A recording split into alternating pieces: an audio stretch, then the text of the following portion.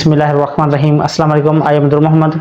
Physics class 10th chapter number 2 lecture number 16। Students, आज हम एक एक्सपेरिमेंट को स्टडी करेंगे जिसमें हम देखेंगे कि साउंड वेव्स जो है उनको मीडियम रिक्वायर्ड होता है। इस एक्सपेरिमेंट से हम ये जानने की कोशिश करेंगे, हम देखेंगे कि किस तरीके से साउंड वेव्स जो है वो ट्रेवल नहीं कर पाती वैक्यूम से। तो ये एक्सपेरिमेंट हमें हेल्प करेगा और ये प्रूफ करेगा कि वैक्यूम जो है उसमें से साउंड वेव्स जो है वो ट्रेवल नहीं करती। साउंड वेव्स जो है वो मैकेनिकल वेव्स हैं, लॉन्गिट्यूडिनल वेव्स हैं, और इनको हमेशा एक जगह से दूसरी जगह ट्रांसमिट होने के लिए मीडियम रिक्वायर्ड होता है।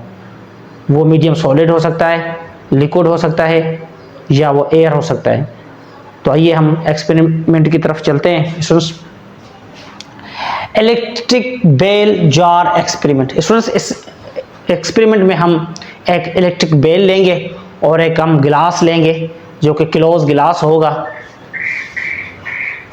Take an electric bell and air tight glass bell jar and then suspend the electric bell inside the jar. Students, ये एयर टाइट गिलास होगा जिसमें से ना तो एयर अंदर आ सकेगी और ना बाहर जा सकेगी। इसको हम क्लोज करेंगे ताकि एयर का रास्ता आने जाने का बंद हो, और इसके अंदर हम एक इलेक्ट्रिक बेल लगाएंगे। Step 2, connect the bell jar to a vacuum pump. Students, उसके नीचे हम एक वैक्यूम पंप को लगाएंगे। ये पंप जो है ये एयर को बाहर खारिज करने के लिए हम यूज़ करेंगे। ये टोटली जो भी उस कंटेनर के अंदर, उस गिलास के अंदर जो एयर है उसको हम बाहर निकालने के लिए हम इस पंप का यूज़ करेंगे। When you switch on the electric bell, you can hear the sound of the bell coming from inside air and glass material.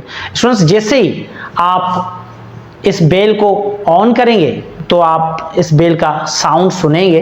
अब क्योंकि उस गिलास के अंदर एयर मौजूद है, एयर एज अ मीडियम वो साउंड लेके गिलास तक, और गिलास से फिर वो साउंड जो है ट्रेवल करता हुआ बाहर एयर तक पहुंचता है, तो हम सुन सकते हैं।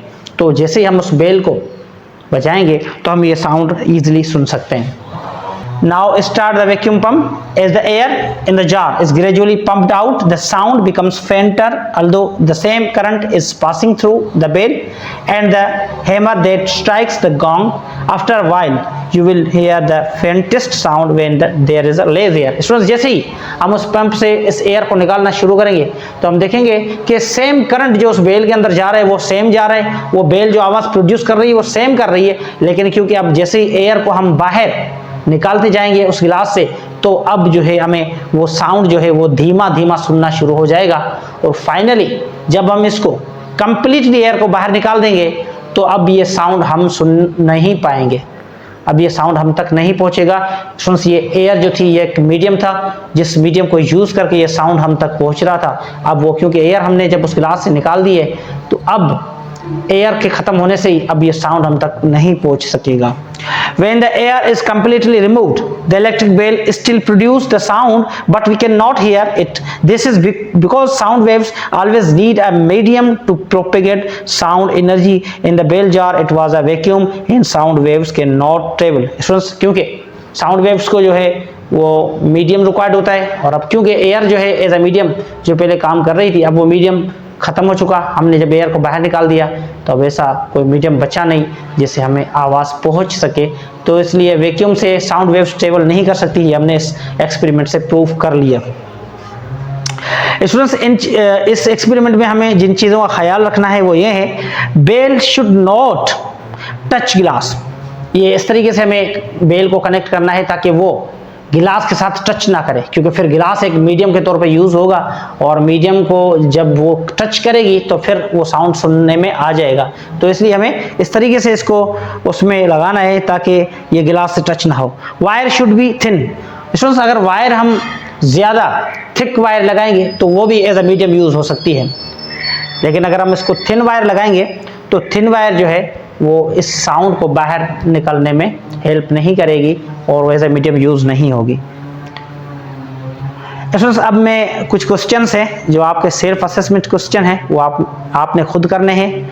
Why pressure is greater at compression region of longitudinal waves.